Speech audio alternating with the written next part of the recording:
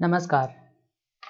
आज हम लोग देखेंगे कि रामगढ़ में जो चौकीदार का वैकेंसी आया है उसका एग्ज़ाम होने का संभावना कब तक है और इसको आप कैसे बहुत अच्छे तरीके से पास कर सकते हैं और क्या-क्या सावधानियां आप भरते समय इसको भरे हैं और ये आने वाला एग्ज़ाम जो हो वो कब तक हो सकते हैं और इसमें सैलरी कितनी होगी आपकी, किन-किन चीज़ों पे आपको ध्यान रखना है।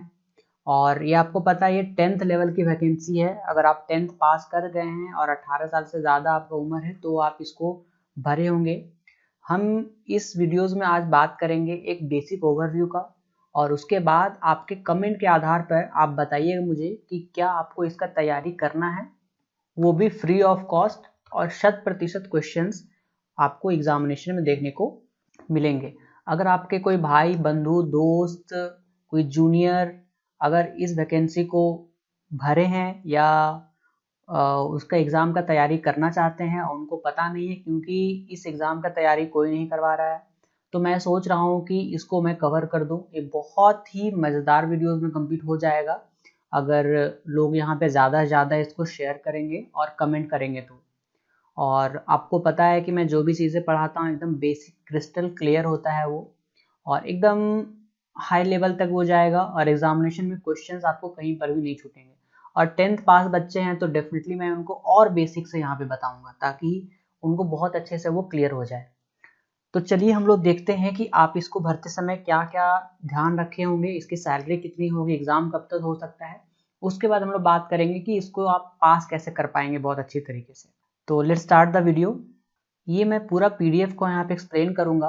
ये पीडीएफ एग्जैक्टली सेम है, इसमें कोई भी अपने से एडिट नहीं किया गया है क्योंकि इसलिए इसका जो पेज आप देखे होंगे थोड़ा सा ब्लर है, तो अपना ब्राइटनेस मोबाइल का बढ़ा ले आप, तब आपको चीज़ें बहुत अच्छे से समझ में यहाँ पे आएंगी। तो हम बात करते हैं इस वैकेंसी का। वैकेंसी का नाम यहाँ पे आप देख पा रहे होंगे, रामगढ़ जिला अंतर्गत चौकीदार के पद पर सीधी भर्ती हेतु विज्ञापन। सीधी भर्ती मतलब ये आपका डिस्ट्रिक्ट लेवल का वैकेंसी है, इसमें कोई भी राज्य सरकार जेएसएससी जेपीएससी का कोई मतलब यहाँ पे नहीं है। ये सीधे यहाँ पे एक कमेटी बनाई जाएगी, ऑलरेडी कमेटी बन गई है, मैं दिखाऊंगा आपको, और वो कमेटी ही सारे डिस्ट्रिक्ट लेवल पे यहाँ पे वैकेंसी क्लियर करेगी।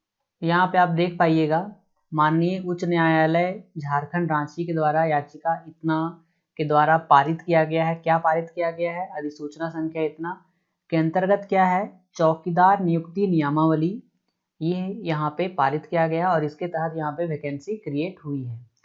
तो जितने भी चीज़ें मैंने ऑलरेडी यहाँ पे अंडरलाइन करके रख दिए हैं ताकि आपको दिक्कत ना हो यहाँ पे, तो हम लोग उसी को हम लोग यहाँ पे देखेंगे।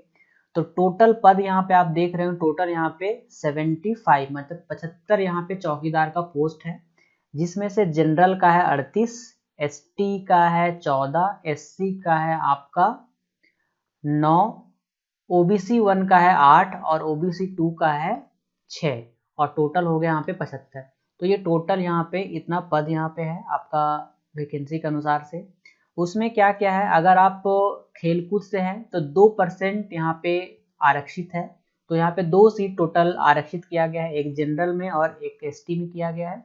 बाकी किसी में जो खेलकूद का कोटा है वो यहाँ पे नहीं है। अब हम लोग मेन बात करते हैं इसके शैक्षणिक योग्यता पे। तो इसका जो एलिजिबिलिटी है पढ़ाई लिखाई वाला, बस आपको 10वीं कक्षा उत्तीर्ण करना है, 10वां पास होना चाहिए और आपकी उम्र 18 वर्ष कम से कम होना चाहिए। अधिकतम उम्र जो जनरल के लिए है वो है आपका 35 साल, ओबीसी के लिए 2 साल यहाँ पे एक्स्ट्रा दिया गया है, तो ये है आपका 37 साल। लेडीज कैंडिडेट के लिए, और लेडीज कैंडिडेट में कौन कौन, जनरल, ओबीसी और ओबीसी 1 और ओबीसी 2, इसके लिए 3 साल का ग्रेस दिया गया है, मतलब ये है 38 साल। और बाकी एसटी एससी कैंडिडेट चाहे पुरुष हो चाहे महिला हो, वो 40 साल तक चौकीदारी का फॉर्म यहाँ पे भर सकते हैं।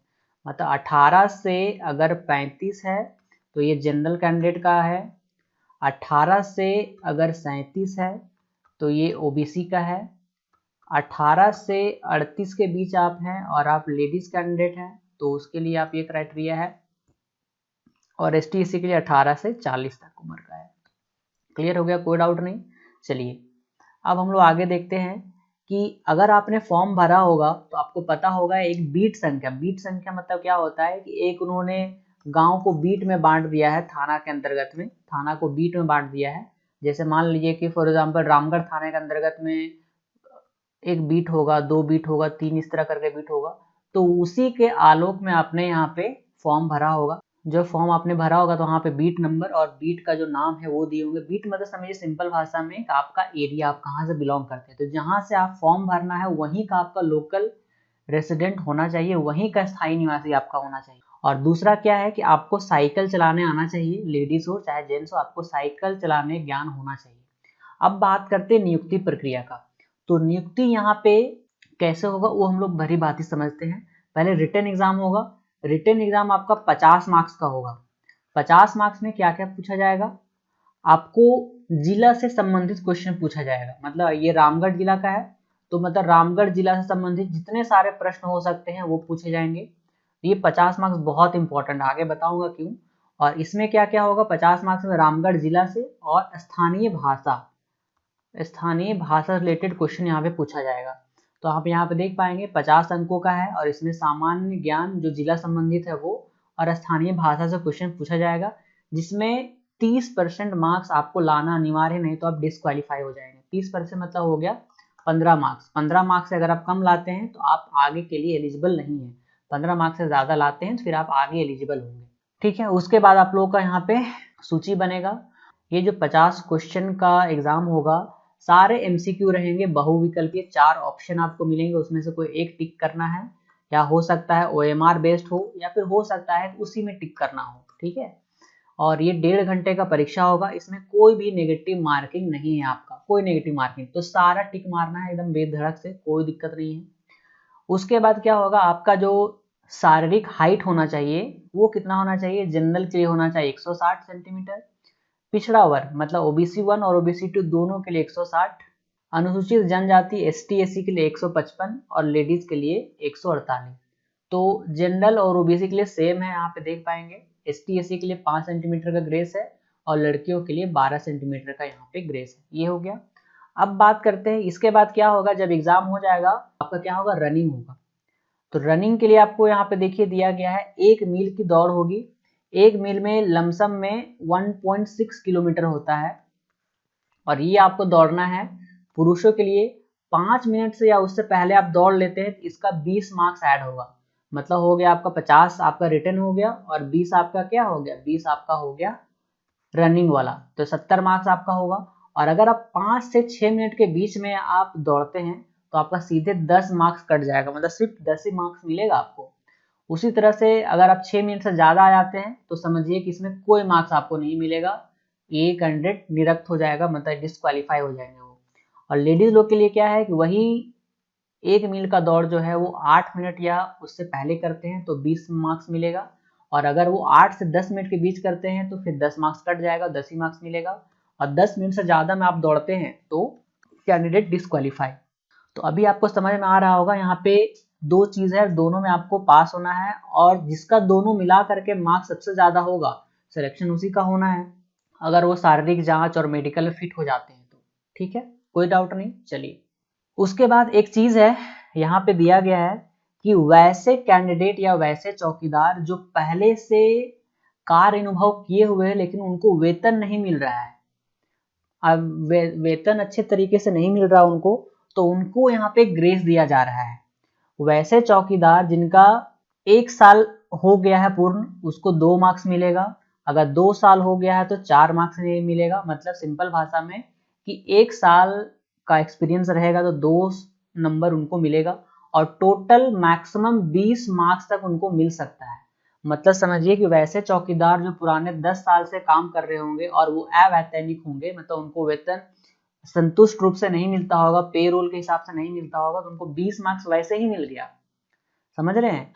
तो इसका मतलब क्या हो गया कि आपको उनको भी पीछे करना है जो नए स्टूडेंट है, 10th पास है, नए स्टूडेंट है, तो अगर उनको पीछे करना है तो आपको क्या करना पड़ेगा, आपको रिटर्न में बहुत अच्छा मार्क्स लाना पड़ेगा, रिटर्न में अच्छा मार्क्स लाना पड़ेगा और दौड़ में बहुत अच्छा मार्क्स लाना पड़ेगा आपको। तो ये आपको ध्यान रखना है। तो इसका मतलब समझ रहे हैं ना, इसका मतलब समझ रहे हैं कि रिटर्न जो नए बच्चे हैं उनके लिए रिटर्न काफ़ी इंपॉर्टेंट हो जाएगा और दौड़ भी काफ़ी इंपॉर्टेंट हो जाएगा। मतलब ये 50 प्लस 20 में आपको बहुत अच्छा स्कोर करना है, तभी आपका सिलेक्शन अच्छे ढंग से हो सकता है, क्योंकि ऑलरेडी पोस्ट कम है यहाँ पे। ठीक है, तो ये सिर्फ रामगढ़ डिस्ट्रिक्ट के लिए है, तो घबराने की बात नहीं है। रामगढ़ डिस्ट्रिक्ट वाले जितने भी आपके भाई बहन दोस्त बंधु होंगे सबको भेज दीजिए इस वीडियो को, वो अच्छे तरह से जानकारी प्राप्त कर लेंगे और फिर हम लोग यहाँ पे उनकी क्लासेस करवाएंगे। चिकित्सा परीक्षा मतलब हो गया आपका मेडिकल। जब आपका सिलेक्शन हो जाएगा तो यहाँ पे प्रॉपर मेडिकल होगा, शारीरिक और मानसिक जांच होगी, तब आपका नियुक्ति किया जाएगा। उसके बाद परिवीक्षा मतलब हो गया आपका ट्रेनिंग। यहाँ पे 2 साल का ट्रेनिंग होगा और ट्रेनिंग में आपका अगर परफॉर्मेंस अच्छा नहीं हुआ तो 1 साल के लिए फिर से ट्रेनिंग बढ़ाया जाएगा, और फिर भी अगर परफॉर्मेंस संतोषजनक नहीं हुआ तो आपकी सेवा जो है चौकीदार की समाप्त कर दी जाएगी। अब बात करते हैं पैसा के बारे में, वेतन। तो वेतन यहाँ पे आप देख पा रहे हैं 18,000 बेसिक पे है। बेसिक पे 18,000, इसका मतलब है कि आपका इन हैंड में लगभग 24-25 हज़ार के आसपास में इन हैंड आपको मिलेगा। तो एक 10th पास बच्चे के लिए जो नया नया पास हुआ है और एग्जाम क्वालिफाई कर लेता है तो उसके लिए काफ़ी अच्छा है। अगर वो गरीब तबका का है, बहुत ज़्यादा हाई स्टडी नहीं कर पा रहा है और बहुत ज़्यादा पढ़ने में रुचि भी नहीं है, उसको चाहिए कि नहीं घर के पास ही मेरे को काम मिल जाए, तो दैट इज़ बेस्ट जॉब उनके लिए है। ठीक है ना। उसके बाद आपका क्या होगा, उनके बाद यहाँ पे जाति प्रमाण पत्र, आवासीय, ये सारा आपका डॉक्यूमेंट वेरिफिकेशन चलेगा और उसके बाद आपका सिलेक्शन यहाँ पे कंप्लीट हो जाएगा। अब बात करते हैं यहाँ पे कि एग्ज़ाम के बारे में। तो जितना भी सारा इन्फॉर्मेशन है, जैसे एग्ज़ाम का इन्फॉर्मेशन है, आपको न्यूज़पेपर के माध्यम से मिल जाएगा डेफिनेटली, और आपको रामगढ़ के जो वेबसाइट है उस पर भी आपको देखने को मिल जाएगा। और जो फॉर्म भरे उनको पता है कि वो ड्राफ्ट वगैरह ऑलरेडी कर दिए हैं, तो मैं उस पर नहीं जाऊँगा क्योंकि फॉर्म वगैरह ऑलरेडी भराया जा चुका है। ये रामगढ़ की डीसी माधु मिश्रा का यहाँ पे साइन हो गया, मतलब ये ऑलरेडी सब कुछ हो गया है यहाँ पे। ठीक है ना, एडवर्टीजमेंट निकल गया है, साइन हो गया, मतलब ये ऑथोराइज्ड हो गया है। अब बात करते हैं कि रामगढ़ जिला में टोटल 6 ब्लॉक हैं और 6 ब्लॉक के अंदर अलग अलग थाना है, तो ब्लॉक के हिसाब से यहाँ पे जो 75 सीट है उसको यहाँ पे डिस्ट्रीब्यूट किया गया है। तो 75 सीट में रामगढ़ जो ब्लॉक है उसको मिला है 23 सीट। 23 सीट में आप देखिए जनरल का है 12, एसटी का है 4, एससी का है 3, ओबीसी 1 का है 3 और ओबीसी 2 का है 1, और टोटल हो गए यहाँ पे 23। ये हो गया रामगढ़ का। अब बात देखो, मैंने बताया था ना कि ये बीट क्या होता है, तो आप देखिए ये रामगढ़ आपका क्या होगा, अंचल हो गया, मतलब ब्लॉक हो गया। ब्लॉक के अंदर में रामगढ़ थाना है, रामगढ़ थाना के अंदर ये बीट संख्या है। आप देखिए बीट संख्या 6/1 का नाम क्या है, बनखेता। मतलब अगर आप इस बीट संख्या के लोकल निवासी है तभी इस फॉर्म को आगे आप भर पाएंगे, तभी आपका सिलेक्शन फाइनल होगा। ठीक है ना। मतलब इसका मतलब क्या है कि अगर आप चेटर के रहने वाले हैं और अगर आप बनखेता का भर रहे हैं तो फिर आपका फाइनल सिलेक्शन नहीं होने जा रहा है, मतलब आपको लोकल निवासी होना चाहिए। चौकीदार का मतलब क्या होता है, देखिए चौकीदार का काम ही यही रहता है ना कि मान लीजिए कहीं गांव में चोरी हुआ तो चौकीदार को पता है कि फलना का घर फलना जगह पर है, तो चौकीदार बताएगा दरोगा सर चलिए हम आपको दिखा देंगे, तो वही चौकीदार का काम होता है। तो उसको लोकल चीज आपको पता होना चाहिए, कहाँ किसका घर है, कौन किसके साथ कैसा रहना सहना है।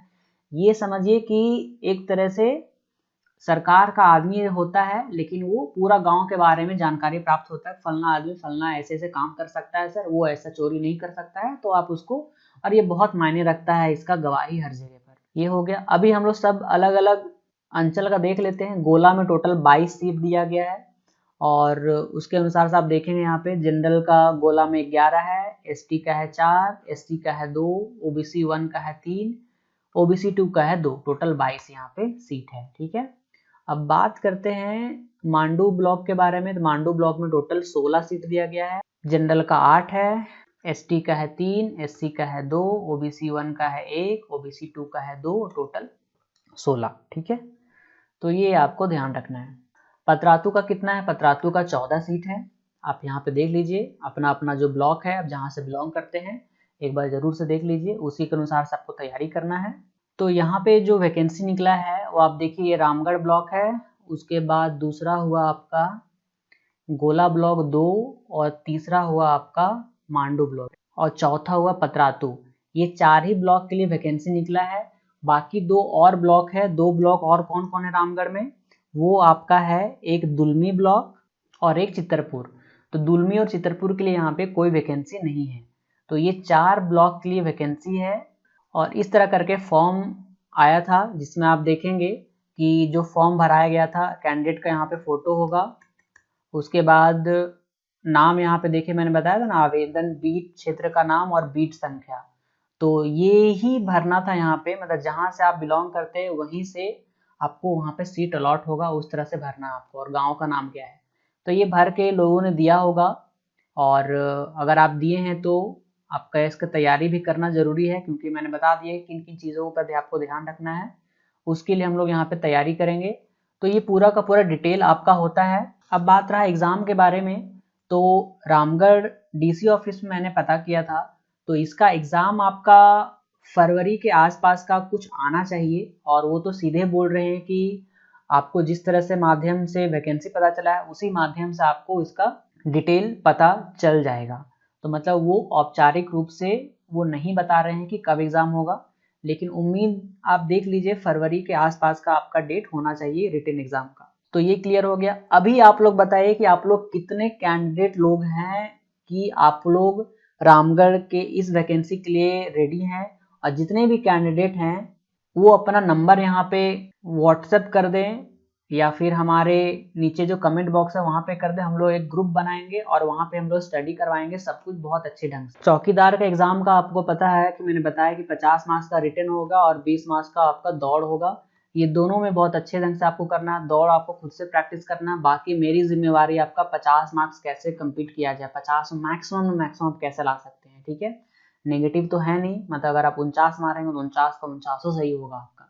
तो इसमें हम मेहनत करेंगे, और अगर आप लोग चाहते हैं कि उसको बहुत अच्छे ढंग से मैं कवर कराऊं यहाँ पे एक छोटे छोटे वीडियोस में, मतलब मस्ती मजाक में आपका पूरा सिलेबस खत्म कर देंगे जो एग्जाम में पूछा जाएगा झारखंड रामगढ़ जिला के बारे में, और बहुत अच्छे ढंग से इसका एग्जाम में स्कोर कर पाएंगे। सारे क्वेश्चन देखिएगा आसपास से ही आएंगे आपको, तो कोई प्रॉब्लम नहीं होगा। तो आप अपना नंबर कमेंट बॉक्स में कमेंट करें, या फिर आप इस नंबर पे मुझे व्हाट्सअप करें कि हाँ मैं दारोगा की तैयारी करना चाहता हूँ, मेरी उम्र इतना है।